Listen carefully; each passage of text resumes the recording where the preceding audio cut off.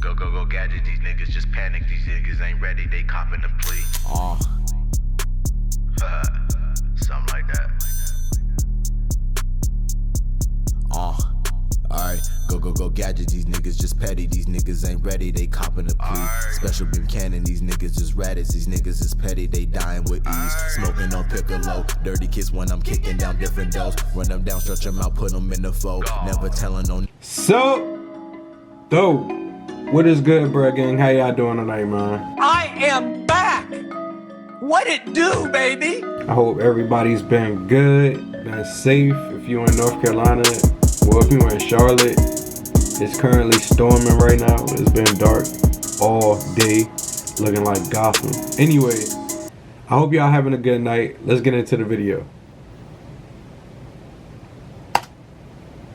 When you tap that record button, you have no idea what you're going to capture. You may capture a heartfelt moment, a happy golden memory, or you may capture a nightmare. Hey folks, and welcome back to the channel.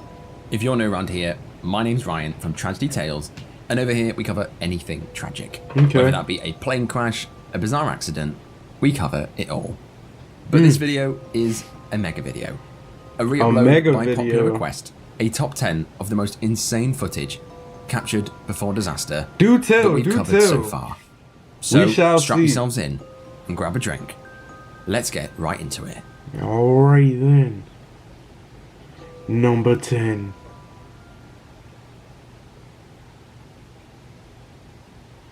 This shocking footage was captured by a 28-year-old man named Armin Schmeider. Now Armin was a wingsuit pilot from Italy, and he was a very experienced skydiver. He had a young child and a following online that would watch him conduct acts that most of us would flat out refuse.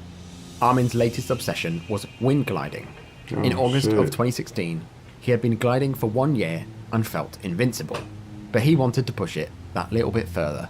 So Armin trekked to the top of a mountain near Kandersteg in Switzerland, and here he began live streaming himself. Damn. On the live stream, he can be seen preparing his suit. He was smiling and clearly very happy to be doing this. He seemed very much in his element. Man. And when he was all suited up, he told his viewers that today you fly with me. After checking that he'd fully equipped himself, he slid the phone into his backpack and leapt from the mountaintop. As his phone was in his bag, you can hear wind and noises, and it sounds like it's all going well, until it's all abruptly ended by a shout and the sound of impact.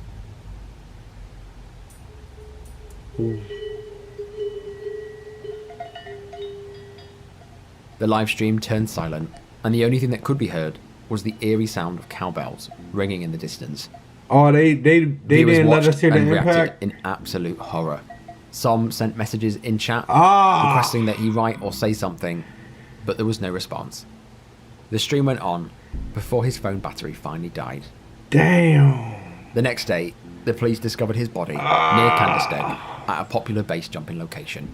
The cause of his death was blunt force trauma to the head. However, they could not be sure why exactly the accident occurred. What? Bruh, that is nuts.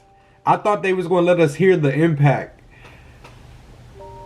This tragic footage begins on April the 9th, 2015. An 85-year-old man by the name of Clem Schultz was at his home in Fairdale, Illinois with his wife, Geraldine, who he always referred to as Jerry. Now, Clem and Jerry had been married for 25 years. They'd built a life together that was filled with love, laughter, and happiness. This continued up until that fateful day. Clem and Jerry woke up and had their breakfast. There was a light breeze in the air, but absolutely nothing to cause concern. Until around midday on April the 9th, the SPC issued a 10% hatch tornado threat across much of northern Illinois and some portions of nearby states. This detailed the potential for several tornadoes, of which one or two had the potential to be pretty strong, at least EF2 on the enhanced Fujita scale, so around 111 to 135 miles per hour or stronger. Because they'd seen it all before and thought that it wouldn't affect them, they decided that they'd wait it out in their house. Later that day, the pair had just finished eating supper when they heard a subtle rumbling noise in the distance. They knew without even looking, it was a tornado. They glanced out the window to confirm their worries. A huge deadly tornado had formed and was swooping its way across their small town. Now, this was no small tornado. This was an EF4 tornado, much stronger than was predicted. An EF4 tornado is capable of reaching speeds up to 200 miles an hour and capable of dealing incredible amounts of damage to homes and infrastructure. As it swept by, if you live near tornadoes, I'm praying for you. Like, I rarely have heard of a tornado like hitting anywhere that I'm at, but like, you know, thank you, God, thank you.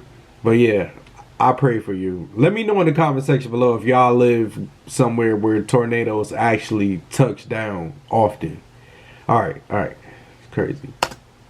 It caused catastrophic damage. Houses were destroyed, trees were toppled, and debris was scattered everywhere. Clem rushed upstairs to the top floor of the house and began recording with his phone, while his wife remained in the kitchen downstairs. They both prayed it would go straight past them. You can see in the video the angry tornado as it whirled away in the distance. Its dark, ominous presence instilled dread in all that saw it.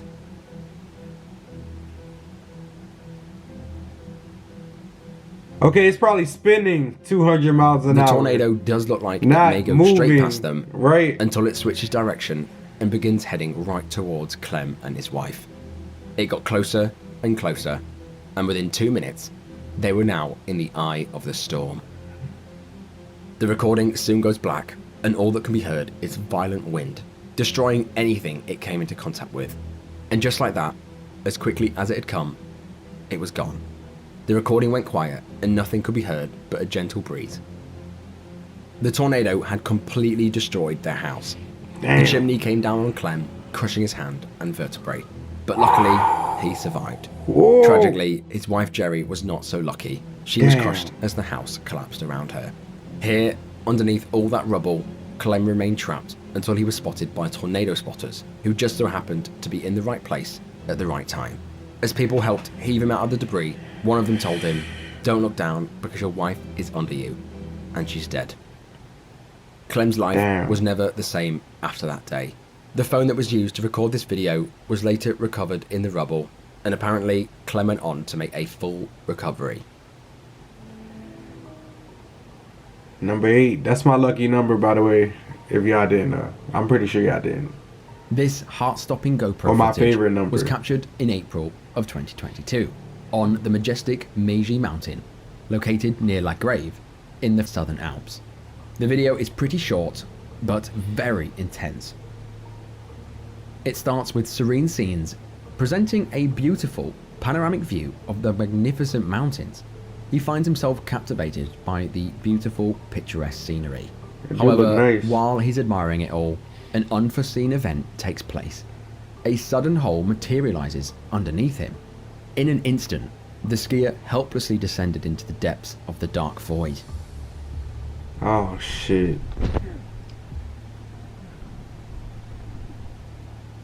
Remarkably composed, the Frenchman utilizes his skis to slow his fall, gracefully maneuvering down the near vertical slope, as though he was defying gravity. Now, footage before horror doesn't necessarily mean death. Amazingly, against all odds, his audacious strategy to slow his fall succeeded, allowing him to find a small foothold on a narrow ledge. From here, he peered into the deep, dark chasm that almost claimed his life. Oh my god. Fortunately, his ski companions were well prepared for these sort of things. It took the group approximately 15 to 20 minutes to make their way to the crevice in which he'd fallen. When they got there, the painstaking rescue efforts commenced, involving the use of crampons, pickaxes, and shovels to finally free him from the icy grip of the glacier. Okay. Thankfully, the unnamed skier, described as an experienced mountaineer and ski mountaineer, not only survived the ordeal, but also exhibited astonishing composure. Following a brief respite, he even resumed skiing, leaving his companions in awe of his calm demeanor. Number 8, baby. This footage went viral and left countless number 8 speechless. Number 8, lucky favorite number. Number 8. Let's get it. Survivor.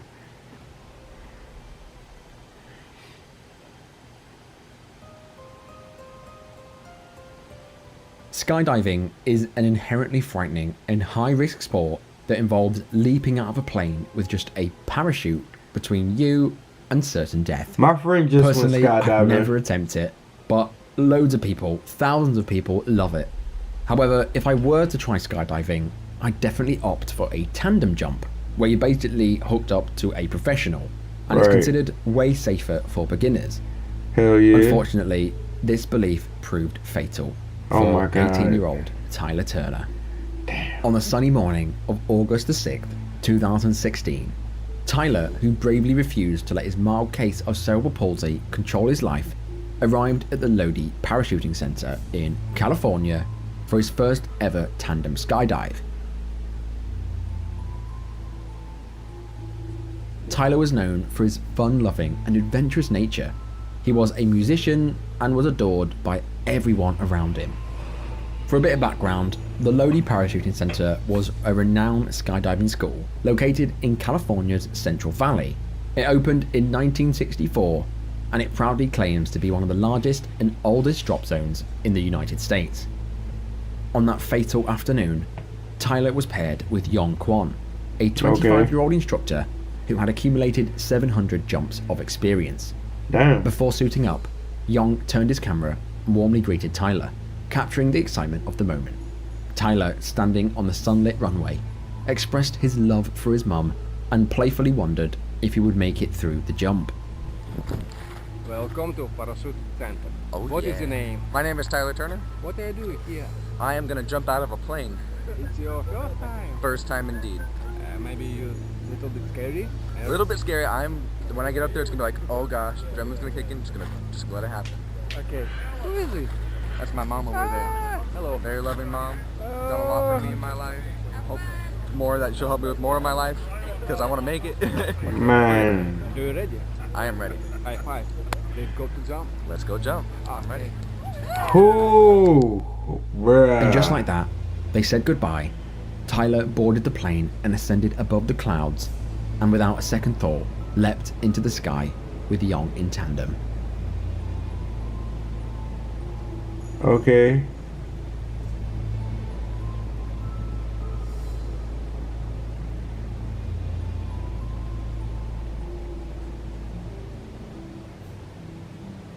Heartbreakingly, during the descent, Yong attempted to release the parachute, but encountered a failure. Both the main chute and the emergency chute refused to open. Oh They my plunged god. 13,000 feet to their untimely deaths, rendering the video where Tyler joked about his survival eerily haunting. Bruh. Family and friends watched on through tears as a The coroner's van parachute revealed the bodies of two never men who came skydived early this out, morning. bruh. Deputies responded out to the scene and Oh located my a tandem jumping pair gosh. that did impact the ground without the chute deployed. Oh my An investigation gosh. into Tyler's death revealed that despite Yong's extensive experience of 700 jumps, he actually lacked the necessary license to perform that tandem jump. Furthermore, he was still in his probationary period and had not yet received proper training. Ooh. Adding to this tragedy, authorities then discovered a history of around 20 deaths associated with the parachuting center since they opened. Wow. Shockingly, despite the tragic deaths of Tyler and Yong, the center's owner, Bill, just chose to keep the facility open and even resumed skydiving operations the very next day. Wow. When confronted by the police bruh. in this photo, he tried to deflect blame.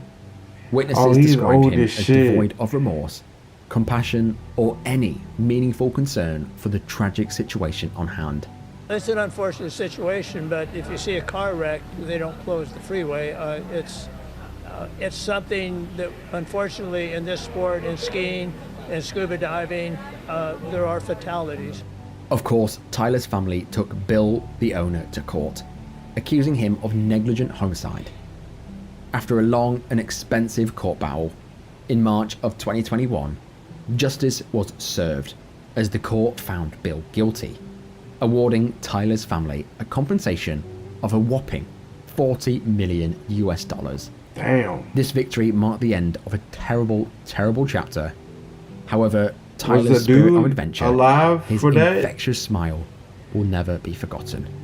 He Oh wanted my to do so much gosh, in this bruh. world, but sadly, his life was abruptly cut short due to negligence. Gosh, bruh. Amazingly, the parachute center remains open to this very day. Bruh, the drop. Like, the fact that you didn't see the parachute come out on was the 1st of crazy. August 2022, a man named Muthu Kumar, who we'll call Muthu, had reportedly been in charge in overseeing the preparation of porridge for an upcoming festival in India. The sticky, sweet concoction was being prepared in large metal containers in the middle of the street with no lids. Muthu can be seen swaying back and forth. He's clearly going through some sort of phase, so he holds onto the wall for support. And while he's in this haze, he looks desperately around for a seat. Captured on CCTV, in what looks like a moment of poor judgment, Muthu decides to perch on the side of a boiling porridge vat. Passerbys looked at him in confusion, knowing that he was so close to falling in, and one even reached out to ask if he was okay. What? But before anyone could assist, Muthu attempted to fully seat himself on the porridge. He overshot it and plunged straight into the sticky, boiling mess, submerging up to the neck in the stuff. Oh my god! Now submerged in boiling liquid, Muthu went into complete shock. He tried to pull himself out, but every surface that he touched was scalding. He just completely froze in panic. Many people rushed to his aid, pulling at his arms to help him, but he had fallen into such an awkward position. Muthu was conscious throughout, as 5 to 6 people worked to heave him out of the barrel. But they didn't want to get burnt themselves. God. They pulled and pulled, and eventually the entire porridge vat fell over into the street, ejecting Muthu to the ground. People watched as he tried to stand up, and it was clear to see that he couldn't believe what had just happened. While he was able to walk away from the scene, his burns were catastrophic. He had the worst degree of burns on 95% of his body. Damn. They rushed him to hospital, but sadly, he passed away that night. Police's initial investigations found that Muthu did suffer from epilepsy, but they couldn't be sure if he was experiencing an episode when he stumbled. That's wild.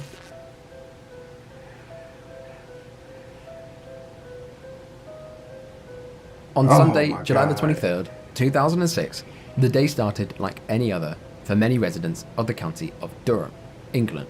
In Durham is a park called the Riverside Park.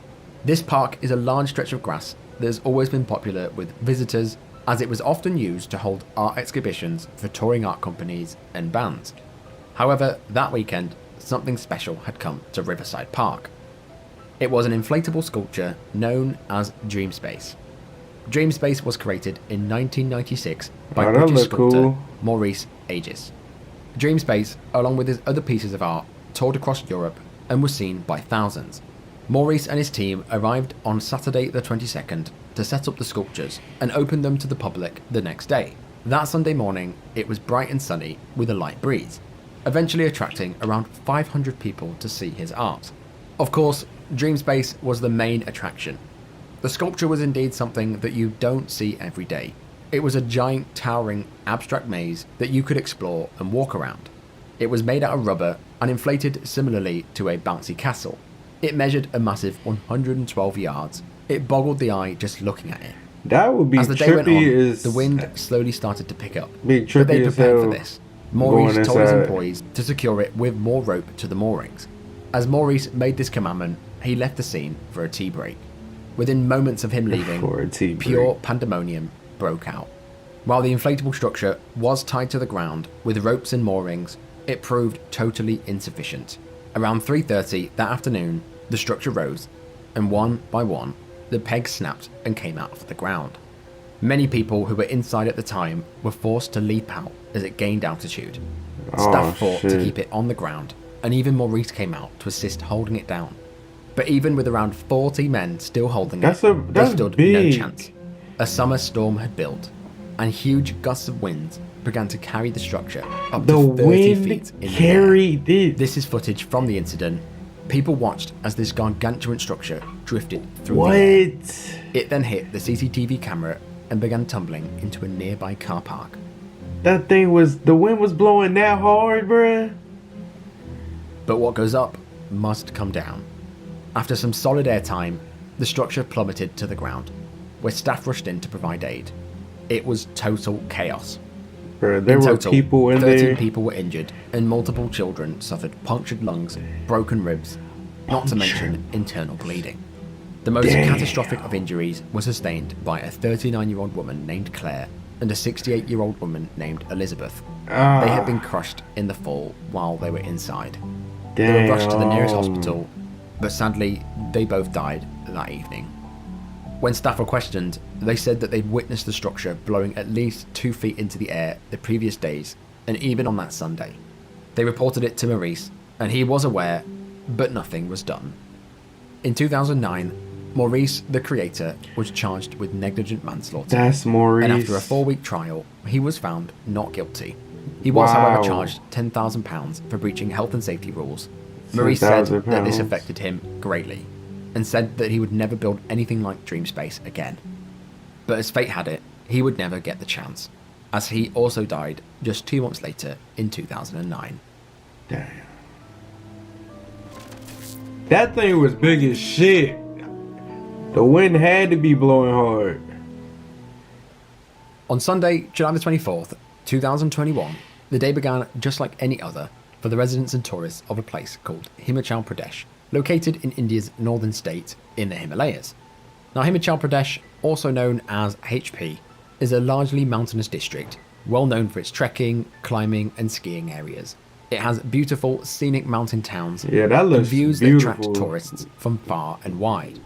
In the previous days leading up to that Sunday, the rainfall was described as relentless. As it was India's monsoon season, it went on and on, causing generators to fail and flash floods to sweep across villages. Not only does the rain cause havoc with generators, it also causes numerous landslides almost every year. Around 1:25 PM, dirt and rock began to loosen and crumble down the mountain face, just above the Sangla Chitkul road in HP. Before anyone knew it, it was raining boulders the size of cars. Damn. This footage was captured, and you can see huge boulders raining from above, crushing anything they come into contact with. Shit. Just watching this gives me goosebumps. Just the feeling of seeing these things coming towards you must have been just terrifying. The boulders continue to rain the little above, rocks ricocheting and bouncing as they tumble down. You up, bruh. One boulder slams into a bridge, taking it out like it was nothing. Now, just below the landslide was actually a tourist bus carrying 11 people, including the driver. And as they drove along without a care in the world, they heard the unmistakable deafening roar above them. They could do nothing. A huge boulder slammed into the bus, killing 8 instantly. Damn. While another sadly succumbed to the injuries on the way to the hospital. One of the tourists on the bus was a woman named Dr. Deepa Sharma. As Miss Deepa enjoyed her backpacking trip across India, on July the 24th, she shared this eerie photo on Twitter with the caption of, "Life is nothing without Mother Nature." She would die just hours after posting this. Shit. The Prime Minister announced a compensation of £2,000 to each of the victims' next of kin, and a £500 financial aid was given to the injured. Dang, bro, that make you not even want to, like, travel. This famous footage begins in the center of Taiwan's capital, Taipei. At around 10:52 AM on February the 4th, 2015, TransAsia Airways Flight 235 departed from Kinmen Airport in Taipei to a neighbouring island. The plane was an ATR-72 turboprop plane carrying 53 passengers and 5 crew members on board. The pilots were pretty experienced, both ranked as captains, with one with a total of 4,914 flight hours, and the other pilot had 6,922 flight hours. Now, takeoff went well, and the passengers soon settled in for their short flight. But shortly after launch, and I mean literally within 2 minutes, a fault in the second engine caused it to have issues, causing it to lose power completely. The pilots worked to fix the issue, but sadly, they misdiagnosed the problem and shut down the one working remaining engine. The aircraft reached an altitude of 1,630 feet before it began its descent. Many witnessed as the plane came flying across Taipei, and in this video, it can be seen a short distance away. But in this one, you can see as the plane banks sharply and clips a taxi roof before crashing into the nearby river. This was the last recording from the flight deck. Rescue operations immediately began and got to work pulling people from the flooded wreckage. Emergency teams cut open the plane while it was in the water, but could not reach the passengers trapped in the front section as it had completely submerged. Of the 53 passengers and 5 crew that were on board, only 15 survived, including a 2-year-old boy and 1 flight attendant. This incident made many question how a perfectly fine plane with 2 experienced pilots could come crashing out of the sky for no apparent reason. That is so scary, bruh. Oh my gosh, I don't even want to talk about it. That's scary. This clip has a little background, but it's filmed on Bolivia's Death Road, famously featured on Top Gear's Bolivia special in 2009. Oh my. Stop there! As far as I can tell, the clip was filmed in December of 2011, and it shows a double-decker bus as it travelled on Bolivia's Death Road. They were driving along when all of a sudden they came across a part of the road that seemed to have been damaged in a landslide. It didn't look like the bus could possibly make it past, but there was nowhere to turn around and no way to reverse back on themselves. The driver commanded his 50 passengers to get off the bus and wait on the road while he attempted to maneuver it solo. And this is when the nail-biting video begins. The bus drives on and it looks like he's going to make it. As all the passengers stood by watching, within a moment, it all goes wrong. Unbeknownst to the driver, the back wheel failed to get a grip on the mud. Its entire back end teetered dangerously close to the precipice, and as the driver slammed on the accelerator, the bus's back end slid over the edge. Within a blink of an eye, the entire bus slipped straight out of view. How? It's right over the rocky there. cliff.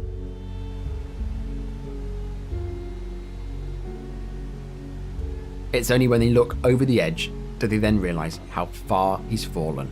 The bus tumbled 164 feet below, killing the driver on impact. Damn. This left the passengers stood by, completely confused as to what they were going to do, and in complete shock at what they had just witnessed. What? You was right there, bruh. You was almost there. That is crazy. This story begins in Huntsville, Alabama. Did that On say October 2.5? 2021, a 29-year-old woman named Christina Nance was finally reported missing after she randomly stopped turning up to work and replying to messages. Now, Christina was described as a very fun-loving person. She loved to sing and was positive and sweet. When her family reported her missing, they told the police that they'd not seen her since September the 25th, 1 week previously. While Christina was known to the police through the crisis intervention team, they were perplexed as to why she would just up and walk away, leaving everything behind. Christina had some mental health problems, but nothing that would just make her disappear without a message or a note or anything. Police searched far and wide. They searched her property, they searched her car, and she was nowhere to be seen. Days passed, and she still had not responded to any messages whatsoever, so her family began to worry. Fast forward to Thursday, October the 7th, around 9:15 AM, the Huntsville Police Department began their workday like any other. As they walked in, one of the officers noticed a pair of shoes sitting beside an unused police van. As the officer approached the van, he noticed that one of the windows was down. Putting 2 and 2 together, he thought someone must be sleeping in the van, so the officer unlocked the doors. This is when the horrific discovery was made. As he opened the door, he discovered that Christine had been locked inside the van. She was clearly gone. She had been dead for days. The car's humid environment had massively sped up the decomposition process. How did she get locked inside? Out of her head. You gonna tell me nobody can smell her nowhere? I mean, nowhere? My cousin riding away with Meg, it's all in her face. Her family couldn't help but wonder why nobody noticed the smell. The police were also confused as to how she'd managed to get in there. With the shoes and the window, their initial thoughts were immediately murder. So they immediately checked the surrounding CCTV cameras. As these were unmonitored, anything could have happened. The police spent hours sifting through the CCTV footage before they came across something. Captured on CCTV, they discovered the bizarre footage of what looked like Christina walking around the Huntsville police car park on September the 25th. On that day, it showed her approaching unmanned cars and sitting on bonnets. She does this for 10 minutes before she approaches the van. She checked the van, checked that it was unlocked, opened the doors, and for an unknown reason, climbed in the back. Okay. Oh, it's a cop car. The cop van. Okay. Now, what she did not know is that this van was an old inmate transport van. While the doors were open, they would lock on themselves once they were closed. Exactly. Meaning someone else has to let you out. It was police policy to ensure these vans were locked. I can only imagine the feeling of realizing that you're stuck. Footage shows that once she entered, she did not leave. The car's windows could be seen being pushed and forced down from the inside, and movement could be seen in the vehicle up to September the 28th. That is crazy. The bizarre part was the fact that the window was open plenty enough to scream for help or get someone's attention. Sadly, for one reason or another, she couldn't or didn't shout for help, and nobody found her in there until 12 days later. By the time they found her, an autopsy showed that she'd been dead for 8 to 10 days. However, her cause of death was inconclusive. Her family were absolutely furious and demanded more answers. They feel, despite the video footage, they couldn't help but wonder why she didn't shout for help, why she got in the van in the first place, and why she was left undiscovered for so long. They accused the police of manslaughter for leaving the death trap of a van unlocked, and the police openly took responsibility for it.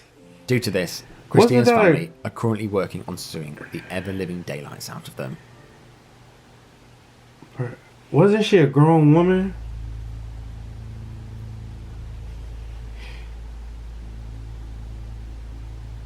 Number one, we almost done. Crazy footage. This is my longest video ever reacted to. On the 15th of February, 2023.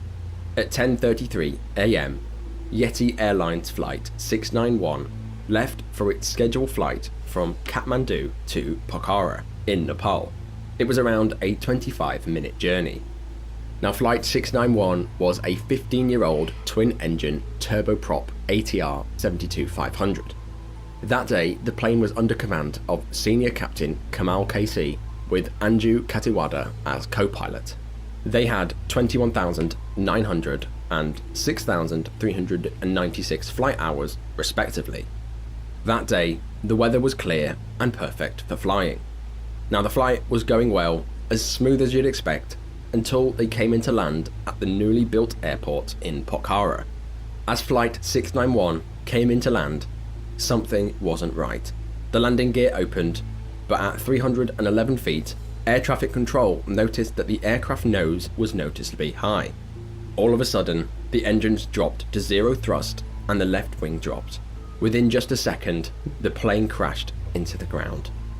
A video filmed from the ground showed the aircraft banking steeply to the left before crashing 65 meters away.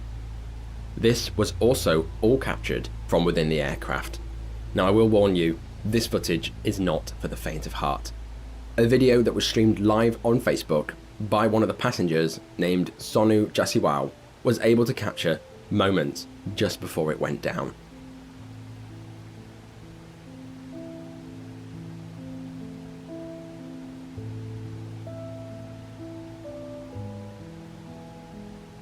Now, I don't think I can show all of this footage, but the plane soon takes a nosedive. It then explodes into a ball of flames. It crash landed straight into a gorge on the bank of the Seti Gandaki River. When rescue got there, it was dire. The plane was engulfed in flames with one half of the fuselage in the gorge. They quickly realised that there were no survivors. 72 people had died. A true tragedy. An investigation into the crash revealed that less than 2 minutes before the crash, Captain Kahadiwada called for the plane's flaps to be extended, saying flaps 30. However, the flight data recorder at that moment did not record any flap movement. Instead of the flaps opening, the propeller rotation speed of both engines slowly decreased and the torque began dropping to zero, suggesting that one of the pilots may have accidentally moved the power lever instead of the lever controlling the flaps. This caused both engines to feather, meaning that there was no thrust in each of them. To make it worse, it was also found that the pilots failed to follow routine checklists. Just 14 seconds before the crash, Kadiwada handed over control to the much more experienced pilot, Kamal, but by then, it was too late. Some people believe that the root cause was the fact that the pilots had not gotten used to coming in at that angle because it was a new airport. But this, we can never be sure. This turned out to be the deadliest aviation accident in Nepalese domestic history. Man, may all of the victims in this crash like that. and this video rest in peace. Rest in peace, for real. You can't play around like that as a pilot. Of this video. Now I'm trying something different with this format, so do let me know what you thought in the comments below. If you're not subscribed to the channel and you like list content like this, go and smash that subscribe button now.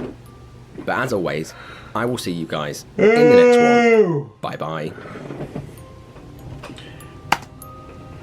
Alright, bruh gang, I hope y'all enjoyed this video. I normally don't even react to videos this long.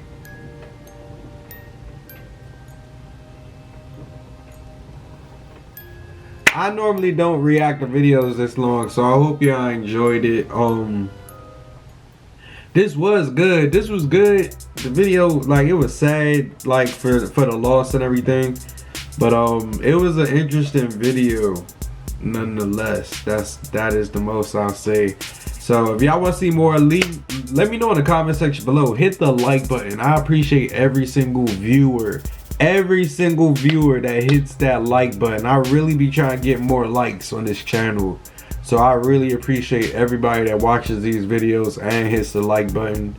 We on the road to 200K. We almost there, and then beyond. We're gonna keep going. Once we get to 200K, we might as well keep going. So I appreciate everybody that watch these videos. Shouts out to y'all, and I will catch y'all in the next video. OJ!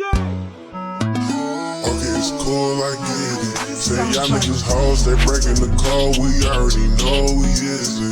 What's good with your bro, they head on the low, so I don't do the friendship. I'm good enough for, but I already know that I gotta do the grip it. Okay, it's cool, I get it. Y'all niggas hoes, we is it. No, we don't do the friendship. I gotta do the grip it. Got me a bean, they missing. Niggas, they talk, they dissing. Yeah, for the gutter, we different. Yeah, I'm not sure. When you're chatting. Oh, Lord.